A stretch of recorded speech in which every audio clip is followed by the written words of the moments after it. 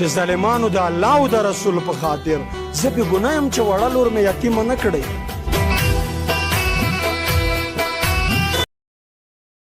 ګرو دا دی جاوید امیرخیل کوم چې د پښتو یو ډیر مشهور سنگر دی، خو د ګیلمن وزیر داسې یار و چې کله به هم د هغې ته څه سخته راله نو دی به ورته ځان رسولی و.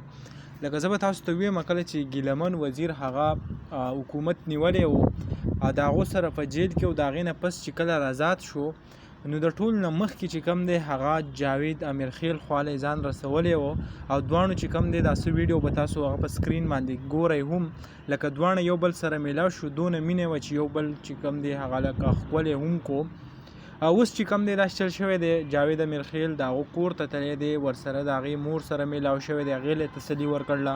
تیر شوي ویډیو ما تاسو سره د هغې شیر کړوه.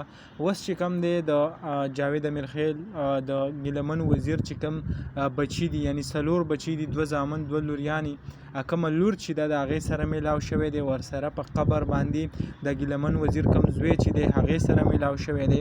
او خلکو چې کم دی لکه وکاته چا یا دوستي چې ده هغه داسې خلک پالي، لکه که تاسو خیال کړی کله چې ګیلمن وزیر هغه زخمی شوی او په هسپتال کې پروت و نو دا ورسره 2 شپې هم په هغه هسپتال کې و.